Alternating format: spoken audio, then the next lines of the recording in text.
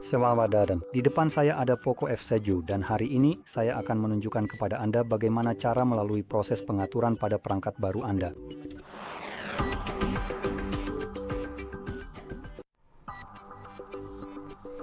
Jadi, untuk memulai, cukup klik panah lalu cari bahasa yang Anda inginkan dari daftar. Klik berikutnya, lalu pilih wilayah Anda. Saya menyarankan untuk memilih wilayah yang berada di Uni Eropa, karena hukum di sana lebih menguntungkan bagi konsumen. Setelah itu Anda akan melihat syarat dan ketentuan, jadi Anda bisa membaca masing-masing dengan mengetuknya, gulir ke bawah, centang kotaknya, lalu lanjut ke halaman berikutnya. Dan di sini, Anda akan mendapatkan opsi pengaturan menggunakan perangkat lain. Ini hanya pilihan jika Anda ingin memindahkan semua data dari perangkat lama Anda, sepenuhnya terserah Anda. Dan ini menggunakan Android, atau Android lebih mengacu pada akun Google, jadi hanya akan memindahkan hal-hal yang terhubung dengan akun Google Anda. Pada dasarnya hanya hal-hal yang dapat diakses Google dan tidak yang lain. Lanjut, kita akan memeriksa kartu SIM. Ini sepenuhnya opsional. Kita bisa langsung ke halaman berikutnya dan mengabaikan ini. Anda bisa memasukkan kartu SIM kapan saja. Alasan mengapa ini muncul di sini adalah karena ini salah satu cara Anda bisa mengakses jaringan.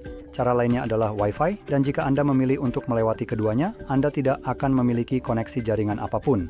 Sehingga tanggal dan waktu mungkin tidak diatur dengan benar, Anda tidak akan bisa memulihkan data yang hilang masuk ke akun Google dan memiliki atau memperbarui perangkat. Sekarang, ini hanya berlaku selama proses penyiapan. Setelah selesai, Anda bisa masuk ke pengaturan dan mengubah semuanya, jadi Anda tidak perlu terlalu khawatir tentang hal itu. Sekarang, di sini kita memiliki perlindungan untuk perangkat kita, dan ada beberapa metode berbeda untuk melindunginya. Kunci layar, pengenalan wajah, dan sidik jari. Opsi pertama, yaitu kunci layar, terdiri dari 3 pilihan. PIN, pola, atau kata sandi. Dan kemudian, 2 biometrik tersebut akan selalu memerlukan cara fisik apapun untuk membuka kunci perangkat karena mereka adalah biometrik, jadi mereka tidak 100% dapat diandalkan. Sekarang sebagai alternatif, Anda tidak perlu melindungi perangkat Anda sama sekali jika Anda tidak mau, tapi saya tetap menyarankan untuk melindunginya.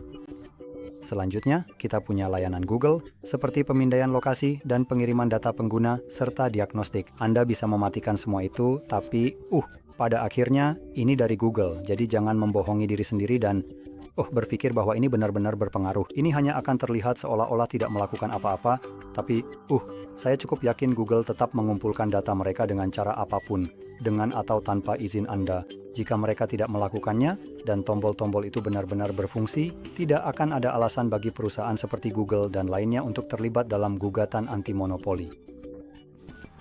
Hanya sekadar mengingatkan saja. Selanjutnya, kita punya pengaturan dasar.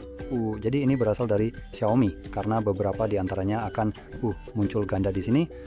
Jadi kita punya lokasi yang sudah kita bahas dari Google, pembaruan sistem otomatis, dan beberapa hal lainnya. Sekarang, satu-satunya hal yang saya sarankan untuk diubah di sini, adalah yang perlu dimatikan adalah iklan yang dipersonalisasi. Itu pada dasarnya adalah spyware omong kosong yang memantau apa yang kamu cari, apa yang kamu bicarakan dan ketik, lalu menampilkan iklan berdasarkan hal-hal itu. Jika kedengarannya sangat menyeramkan, mengganggu, dan benar-benar sampah, itu karena memang benar begitu.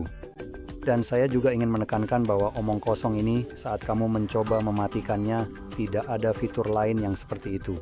Kamu mematikan fitur lain dan semuanya berjalan normal, tapi saat kamu coba matikan yang ini, apa kamu yakin ingin mematikan spyware luar biasa ini? Ya, silakan saja dengan omong kosong ini. Jadi, setelah kamu mematikannya, dan saya memang menyarankan untuk mematikannya, karena jujur saja, tidak ada dari kita yang suka iklan, apalagi yang benar-benar diambil dari apa yang kita cari atau bicarakan, selain karena memang terasa menyeramkan. Lalu kamu bisa lanjut ke halaman berikutnya. Selanjutnya, kita punya opsi mengaktifkan kontrol orang tua. Sudah jelas maksudnya, terserah kamu. Selanjutnya, kita punya font, pilih saja mana yang paling kamu suka. Saat kamu memilihnya, secara otomatis akan langsung memperlihatkan contoh di sini. Atur kunci layar atau lock screen. Ini adalah wallpaper carousel. Saya pribadi lebih suka melewati bagian ini. Saya sama sekali tidak suka fitur ini. Yang dilakukan fitur ini adalah setiap kali kamu menekan tombol power saat perangkatmu terkunci, Jadi ketika seperti ini dan kamu menekannya hanya untuk melihat tampilan lock screen, itu akan menampilkan wallpaper yang berbeda-beda. Saya umumnya tidak suka ini karena wallpaper tersebut sangat acak, kadang-kadang bisa saja menampilkan misalnya seorang pembantu yang sedang membersihkan dinding bata, keranjang buah, atau hal-hal aneh lainnya. Jadi saya lebih suka memilih sendiri dan secara pribadi saya tidak suka fitur ini.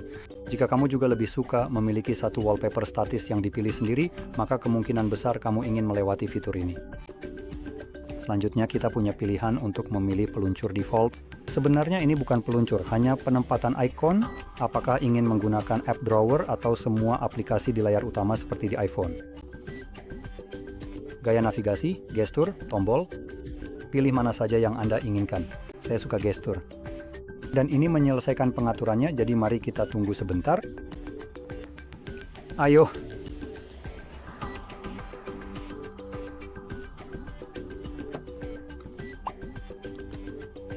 Baiklah, aku rasa kita akan menunggu sedikit lebih lama lagi, mungkin untuk beberapa waktu yang tidak ditentukan.